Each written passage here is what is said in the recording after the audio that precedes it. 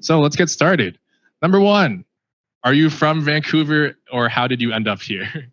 I ended up here quite a while ago. My parents moved us across the country from Ontario to here when I was 13. Went to high school here, went to university back in Ontario, and I came back and I've pretty much been here since. So quite some time. Okay, yeah, nice. How many people here are from Vancouver?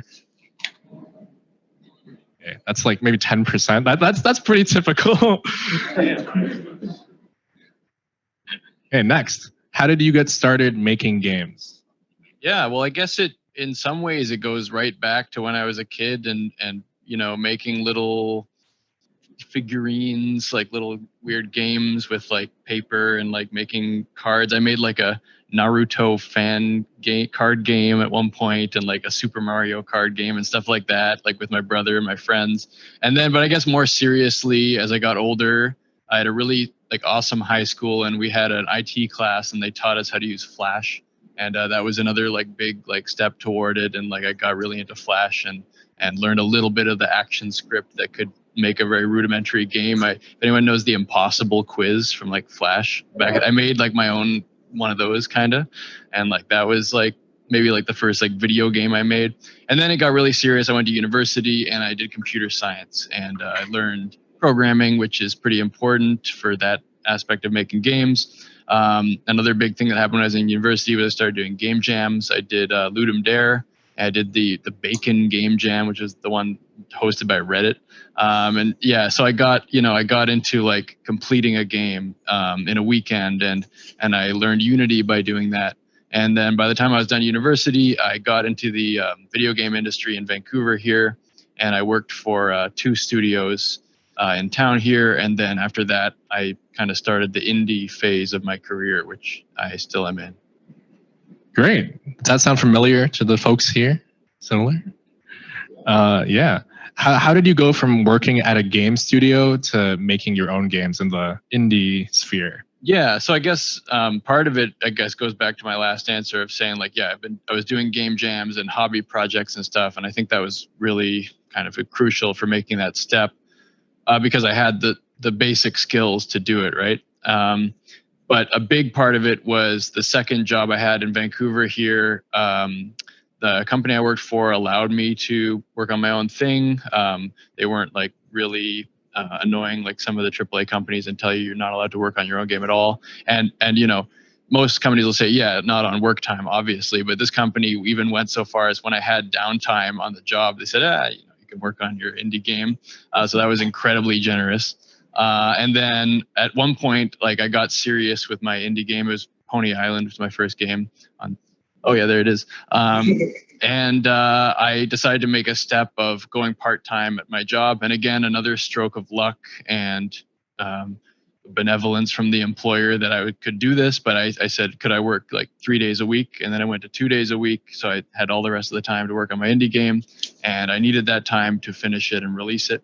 And luckily enough, again, the game was successful enough that I could leave my programming job and start being an indie developer, living the dream. Yeah, I guess, how did you feel when Pony Islands first started doing well? Yeah, I mean, it was pretty crazy time. I mean, the lead up to it was a big part of like realizing what I had on my hands. Like I was giving it to YouTubers and getting like amazing replies back that I wasn't expecting. Like before the game came out, they were making YouTube videos of like a sort of a beta version. And then some very major YouTubers contacted me and I realized that like this was going to be a financial success. And sure enough, on the release day, that kind of came to be, at least as much as I could, work full time as an indie developer. And so, yeah, it was a dream come true. It was like a lot of emotions and, it was just a lot. Who else were you working with on Pony Island? It was pretty much only the composer and sound designer who's stuck with me for all my games, Jonas Senzel. He's still making music and sound for my new game and for everything else. Okay. Let's see. I guess how did you get from that point obviously there's a game in between, but yeah, where did you get to Inscryption from there? Yeah, I guess the biggest inspiration for Inscryption is probably Magic the Gathering, just the card game that I had been playing for since I was a kid. Probably why I was making like Naruto card game was based on Magic and Pokemon and those other things that were influencing me. And I'd always wanted to make a card video game. And I think another piece of the puzzle was Slay the Spire. Which kind of proved this new formula. They didn't invent, I know that there was some predecessors, but there was the first big one that kind of proved out this deck building roguelike formula. And then all of a sudden, this was this cool way to like have a card game, video game, and have it be like appealing to a developer, because the roguelike formula, I think, as other developers might realize, is this really interesting, exciting thing where you get to do a little bit of work and get this huge result when all your pieces of work get randomly mixed together and you can actually enjoy playing your own game. So a lot of developers like this roguelike idea. So when the deck building roguelike came around, I knew that was appealing to me. And so that was, I guess, a big part of it. And then the actual game kicked off with a Ludum Dare game jam. The theme was Sacrifices Must Be Made. And so I made a game about sacrificing cards, but then I took the theme even further, and you sacrificed your body parts, your eyeball, your hand, and your child if you choose. You don't have to do that. You could sacrifice yourself. That's one of the options at the end of that game. And that was the basis for this. Wow. So, okay, here we're talking about the dev a little bit, the specifics of Inscryption, but yeah, how did you come up with an idea to include live acting? We have Kevin Saxby. Yeah. Carter. That's Kevin Saxby. A lot of people think that's me. Like they play the game and they are like, oh, that's the developer. I wish I was that handsome, but the FMV came about in the later part of development. It was something that I had put video in my games before, and at the end of the Hex, for any diehards in here who have played the Hex, there's a video of actual me getting like strangled. And that's how that game ends. I guess that's a huge spoiler, but you should have played it already. And so, yeah, I dabbled, and then I'd done a game jam game where I did that a little bit. And then, of course, I was influenced by other games doing this stuff, like Sam Barlow's work, Her Story, Telling Lies, Immortality. And of course, the idea isn't brand new. It's been around since nearly the beginning of games. It goes way back to the PC games of the 90s doing this. But it was an exciting idea. And I think it kind of furthered this kind of trend in my games of having no restrictions about what could be on the screen. Like Inscryption, there's 3D art, there's pixel art, there's all of it mixed together. Celeste was an inspiration of doing that kind of stuff, just showing that like there's no reason to like stick to this single art style. You can kind of do whatever you want. And so this was kind of even furthering that. And it was also this sort of missing piece in the game. I guess like any good idea, it like solved problems with the game. So one of the problems I had was I had these different art styles with the pixel art and the 3D and these very different parts of the game. And I wanted to have one element and one piece that would bring it together. And so the videos are found throughout the game, and they're a narrative that, in my opinion, ties it together and makes it feel like a cohesive thing rather than three different sort of sub games. And so that's how I ended up doing that. Wow. Okay, this is just for me, but how did you end up hiring or like meeting Kevin in particular? Yeah, it was, I just went on a Vancouver actors Facebook group, and I put out a casting call. And I just said, I'm looking for an actor for this game. And I said a little bit about the character, and I got, actually, I guess there were two roles because there are two characters. One of them is more minor, but, and then I got a ton of replies that I had to sort through. And Kevin, I was looking, I think he wasn't exactly the kind of person I had in mind, but he was really, his demo tape was just really funny. And part of the draw was I thought this guy would be fun to work with. He's clearly has like a great sense of humor and had these like really funny skits that he's still doing and I still find hilarious. And so that was kind of the tiebreaker, and I called him up, and yeah. Yes, having met Kevin, he is very funny, Yes, yeah. very, very fun to work with. Yes. Yeah. So, what lessons did you learn in your first games that helped you while making Inscryption?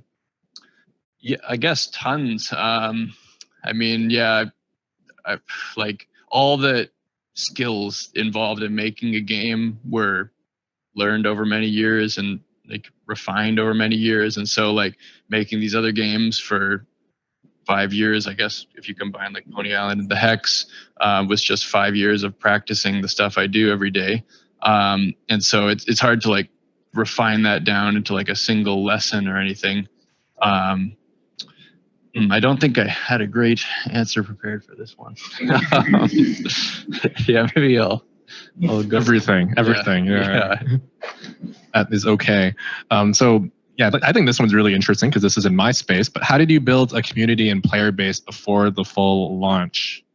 Right. And a lot of this was done by I guess the community around me was from my previous games. And so that's not very helpful advice for someone who hasn't released a game yet, but that's just kind of how it was. And I think I was lucky. I worked with certain people on my previous games that decided to spearhead the community effort sort of on my behalf. Like the moderator of my Discord server is the Turkish translator for all of my games. And he would just loved the games and he wanted to be more involved. And I actually, at the time of the Discord server being set up, it was, to me at least, it was an unusual thing that a game studio would have a Discord. I thought a Discord was like where you and a small group of friends hang out and play games together. And he was like, oh, you've got to make this Discord server. I'll run it for you. And I was like, that's weird. But nowadays it's like, it's almost like a mandatory thing, I think, for a game studio to do.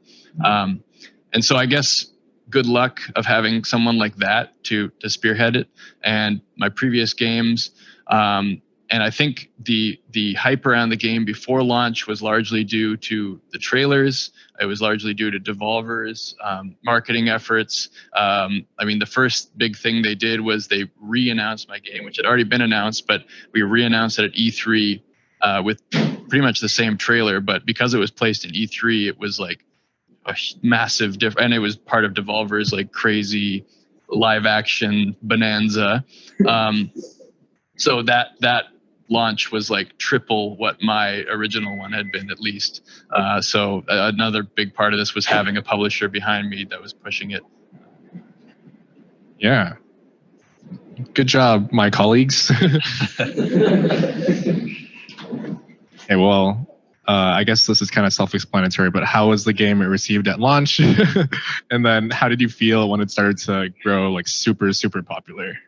Yeah, it was received very well at launch, and it was another kind of thing where like the success of it was kind of known before it came out due to the, there's you kind of know, like there's wish lists, there's people talking about it, there's hype around the trailer.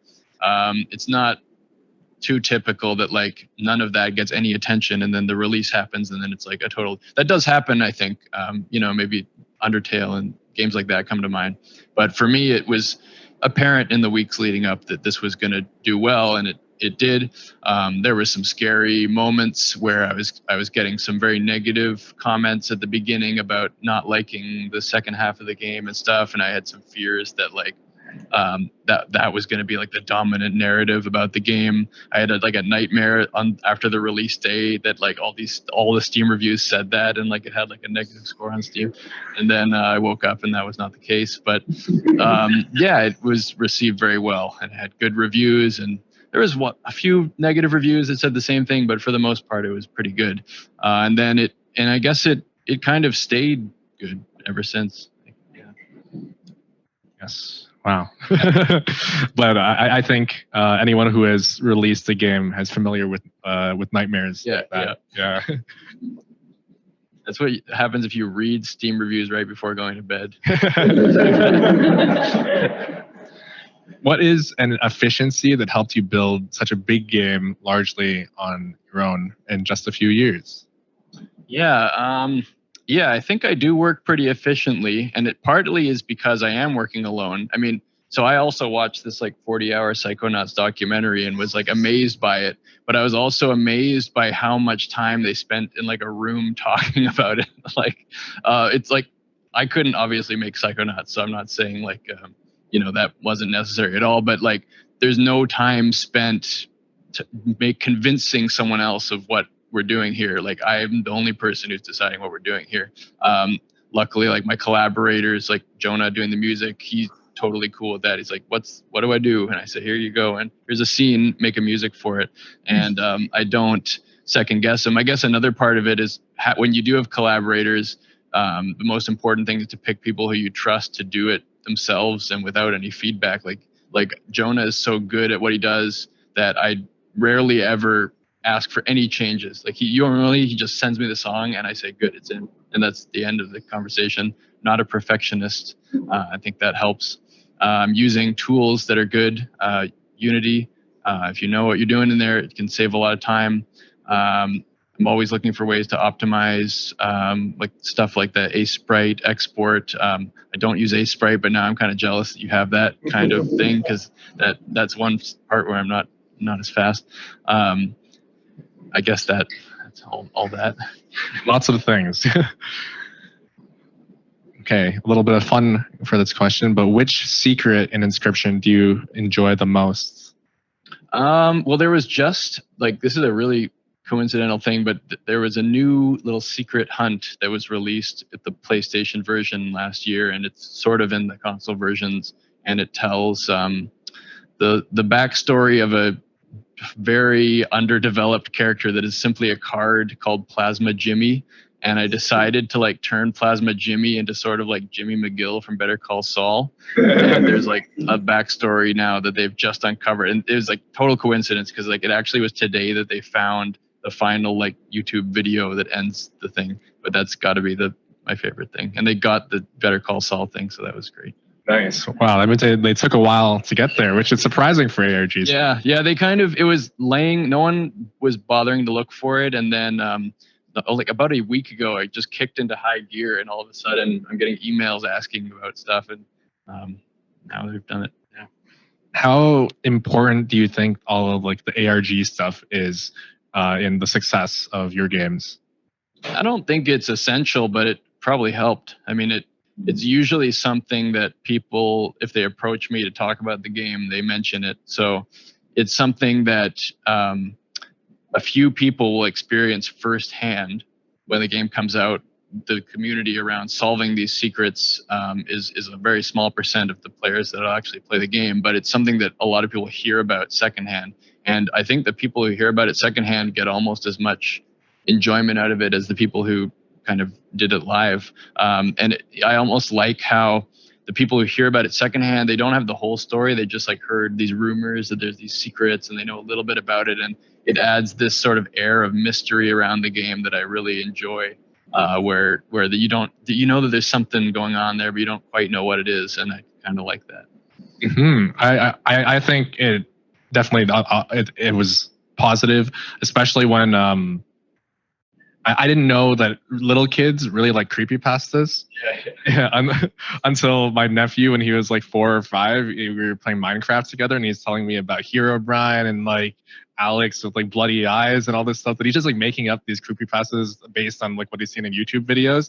And those, like a lot of those same kind of channels are ones that they have talked about Inscryption, which otherwise you wouldn't be able to get into. Yeah. Okay. Almost at the end, then we can get to the audience questions. But what is the impact of game jams on your own growth as a game maker? Yeah, very, very big. And I think this kind of goes into like how, efficiently making the game is I have that game jam mentality for my regular work, where I'm not overthinking things too much or going back to the drawing board too much. It's just kind of go, and then polish it, of course, and like if it's really not working, take stuff out. But it's mostly just like, it's kind of like a game jam every day. Like just keep going, and then you end up with something after 3 years. But it's been big. Yeah, like it's huge. I don't think I would have probably been doing this at all if I hadn't started doing that in university, because I mean, the first few jobs I got, they all were impressed that I had these little side projects I could show them, and they were impressed that I had made a game by myself. And so maybe I wouldn't have even got my first job if I hadn't done that. Yeah, I think, and just for developing your skills, it's super important, and it can develop ideas too. Like you can, I've now made 2 games that were based on a game jam. So yeah, I can't say enough for them. Yeah, and if you don't know, this is Daniel's one of his recent game jam projects. You want to tell us a bit about it? Yeah, this is the most recent one I did. It's called Boba, and the theme was harvest, and you start out doing this sort of idle game that was inspired. I forget the name of the game it's inspired by. It's embarrassing. What's that? That not exactly, but that genre, yes. But there's it's Orb of something, Orb of Creation, I think.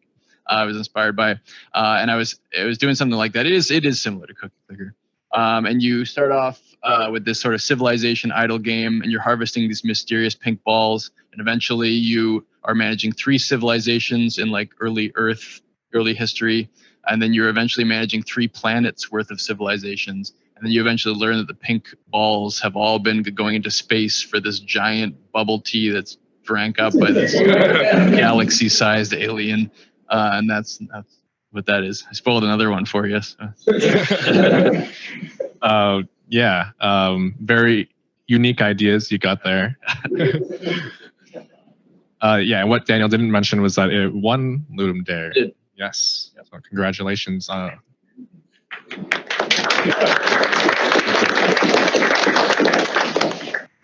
guess we kind of touched on this, but I guess if you had to pick one thing that made Inscryption so popular. Probably, the art style I think was pretty big. I remember like I hadn't gotten comments about the art of my games before for the previous 2.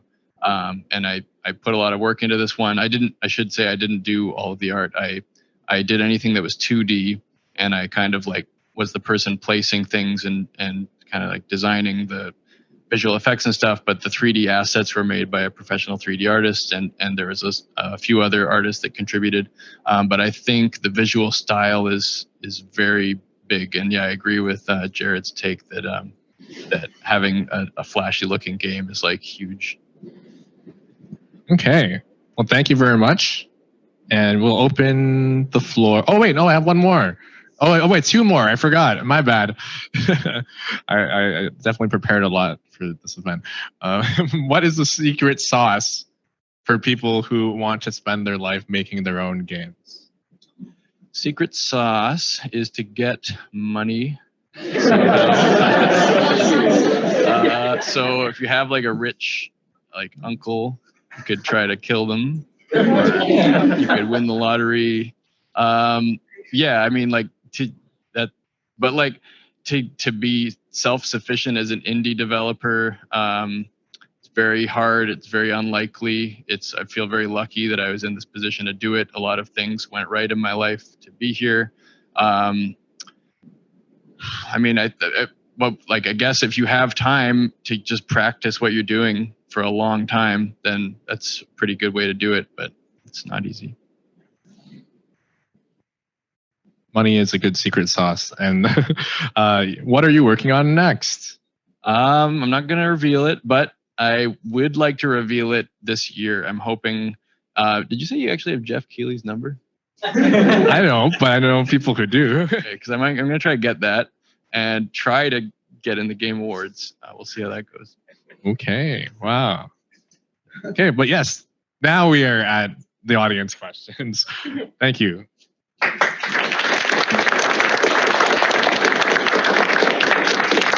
Okay, it's time for me to run around.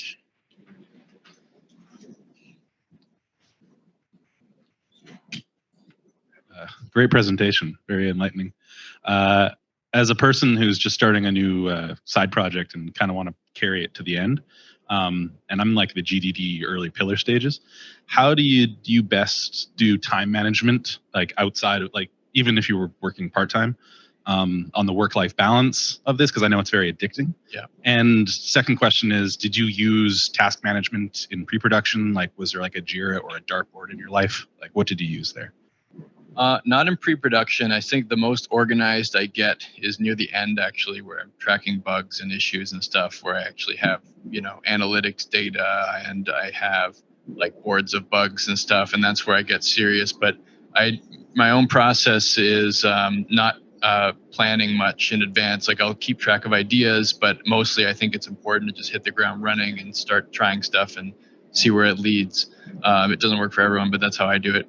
And in terms of like the work-life balance and trying to manage your time, when you like have a job or a part-time job, what I was doing, well, I didn't have the problem of it like, being too addicting that I didn't do anything else. It was more like I don't want to do the work, but I have to if I want to achieve my goals. So I was trying to I think it was important to me at least to make sure I'm pushing the ball forward just a little bit even every day. So sometimes I would wake up early before work, and even if it was only half an hour or an hour, just doing something every day. And yeah, it's hard to make time for that. I don't think today, I just have a busier life now, and I kind of wonder if I would be able to do that now. But back then I was able to do it somehow. I totally feel you there. Yeah, yeah. Anybody else? I guess you're first. Hi, my name's Tom, and my favorite character in your game is Saddle. Yeah. Yeah. Can I ask which one's your favorite? Which of the characters in my game? Which one's the character? All the games? Yeah, all the games. I've played every single game of yours, including the I fishing. do like Plasma Jimmy.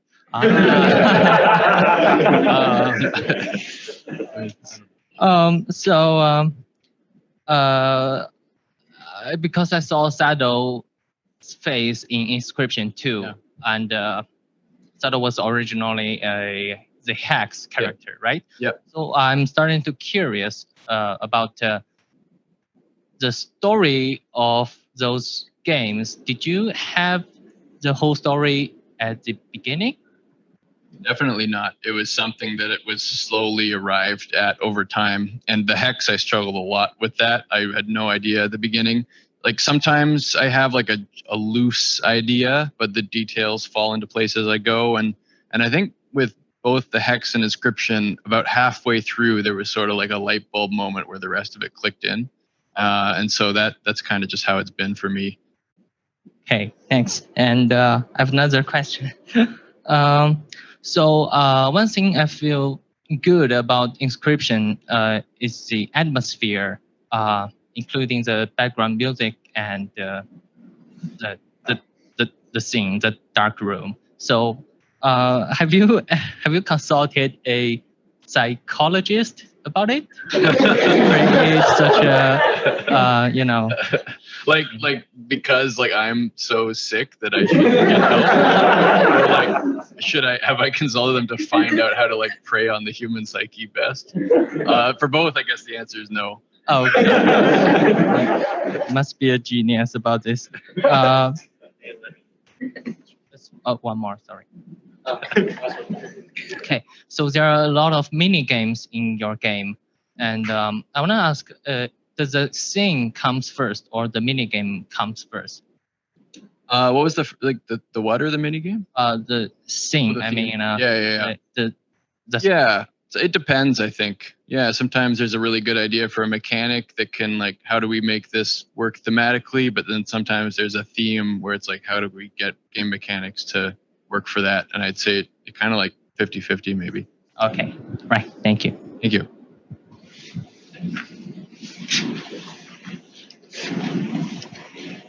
Hi. Obviously, all of your games have really differing visual styles. And I was wondering how you develop the styles for your game, since it's not really just something you fall into. It's unique across all of them. Yeah, I think I end up being inspired by things I see online, like artists on Twitter. And so I try to emulate things I like, or things I like in other games. I think for Inscryption, I was really attracted to this 3D art style with the downscaled resolution. And I think it was a short hike that really, I saw that best. And I was like, ooh, I really want to try to get this working, but then your mind gets going where it's like, well, I wouldn't have this colorful mountain climbing game. I would have like this dark thing, and like how would it look with the shadows and such. And I think that's how I arrived at Inscryption. I think for the Hex and Pony Island, it was much more haphazard and just like, I don't remember, like just. Thank you. Yeah.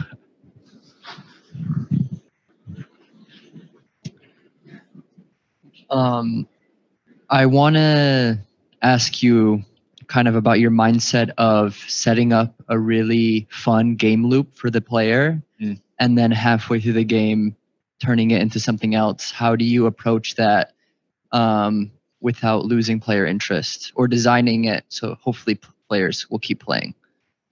Well, yeah, I think the idea of it was that it would keep player interest because they're getting a twist that they don't normally expect to get. I think that's something that I've tried to do with all of my games, is put you in a state of not knowing what's going to happen next. And that's something I like being in. Like something I always liked about certain movies, where I like when you throw enough curveballs, you just are left like, well, I have no idea what's going to happen now. And that's what I'm going for. In terms of like Inscryption, I think I just felt for one of the things I wanted to do was have it be more than a roguelike, because I was saying Slay the Spire had done this and a lot of games were doing it, and I wanted to be like, yeah, I really want to make a roguelike, but I want to say that I've kind of done something to like push that in a different direction a little bit. So there were just some of the goals that I had in mind that maybe want to do that. And as for like, I guess achieving it, it was just a lot of, iteration and play testing, and especially for the later parts of the game, just listening to player feedback to make it good. Yeah. Thank you. First. Hi. Currently, there are a lot of puzzles and a lot of myths in the game, and I want to ask about how can you implement those puzzles into the game while let people solve it? Because if it's too hard and nobody can solve it, then it won't work. So how do you keep that in a balance and keep the players' interest?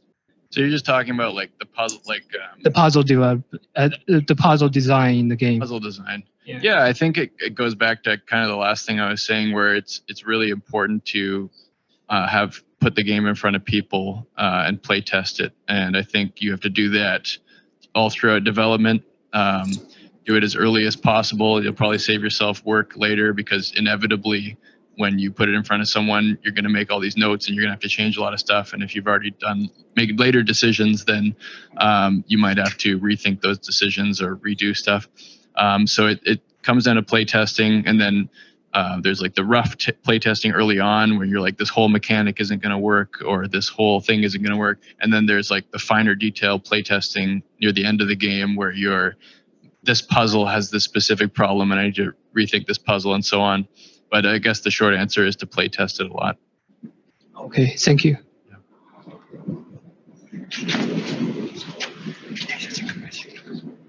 Thank you.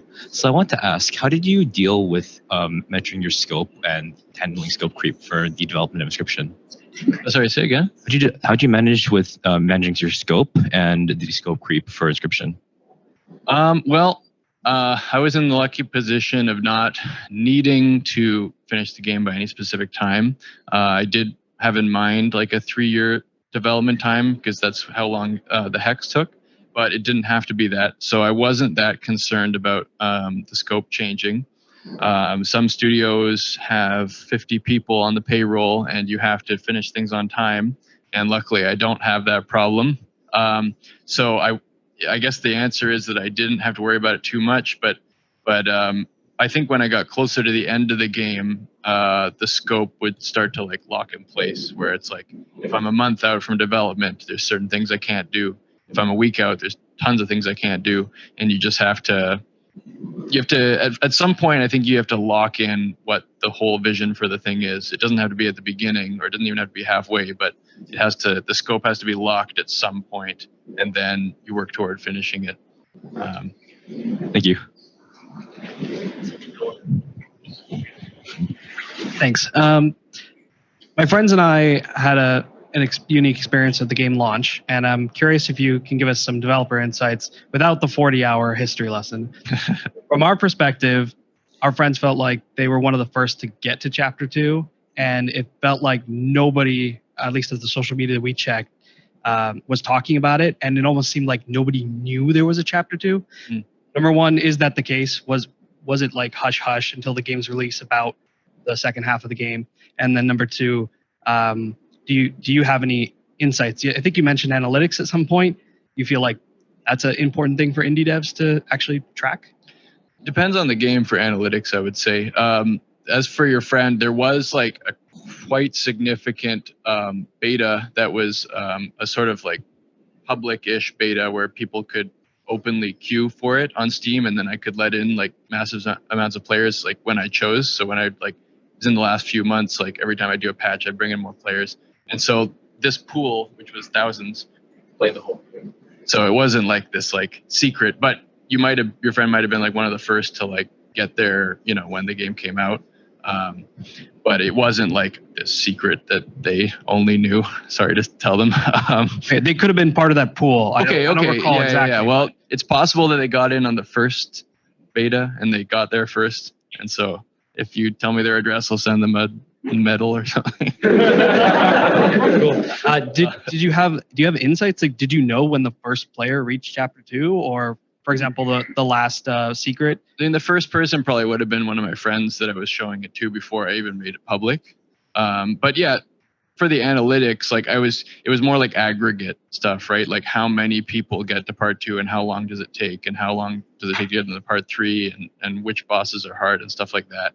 And so it wasn't like I wasn't refreshing it fast enough to see that go from like 0 to 1. Like I probably the next day I was like, oh, like 15 people have got there or something, you know. And was that secret moment to Chapter 2? Did that feel like something? Because from a developer's perspective, you're looking at the whole game.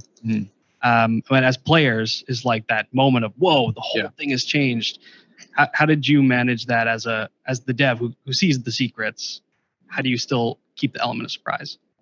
Yeah, I mean that was kind of like when I had that like moment, like about halfway through the development when I realized what the whole thing was going to be. I did think that like this is like the pivotal moment of the game, is the breaking away from the roguelike and the starting of the whatever's next.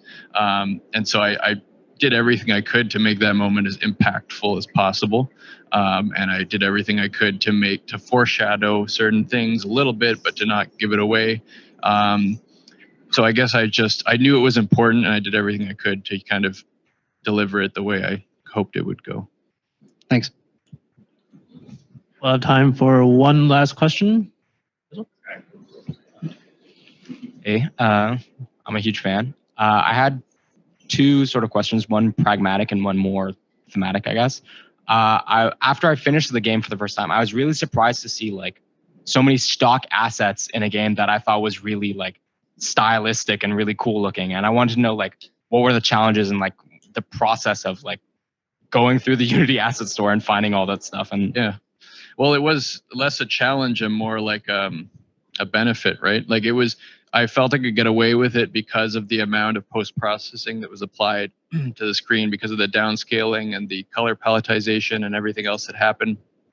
And the fact that you weren't viewing assets very close up, it made it like the finer details of the assets were sort of polished away. And so I realized that like, why would I pay someone to make a glass bottle when I can get a free one? And it wasn't to like pinch every penny. It was more of like a creative freedom where like, if I'm making a little scene by myself, I can just like grab stuff like boom, boom, free stuff, boom, it's in, it's done. Like, and if I was contracting someone, I'd have to imagine the scene, make half of it, draw a little diagram of what I want from them, get it back a week later. And so it was more of like a way to have this like amazing creative freedom to like assemble things quickly. Okay. And then my other question was, you talked about this a little bit with like the curveballs, but your games tend to, be sort of meta and like, play around with the structure of the game and the narrative and all that stuff. And I want to know like what draws you to that, and why do you sort of do that stuff, and where does that come from, I guess? Yeah, I think it probably comes from like what I was saying about always wanting to put the player in a state where they don't know what to expect. And I think it's kind of like from the first game, Pony Island, I kind of started out a little like toolkit of little experiences that seem to work. Like these things elicit a certain reaction, and I kind of kept using them as things to draw from to kind of create this feeling of surprise and suspense. And so I think I'm more drawn to that like emotional state from the player, that kind of media that surprises you and keeps you on your toes. And the way it's expressed is just kind of things that have worked in the past to achieve that. Thank you. Okay, let's give a round of applause for. Thank you.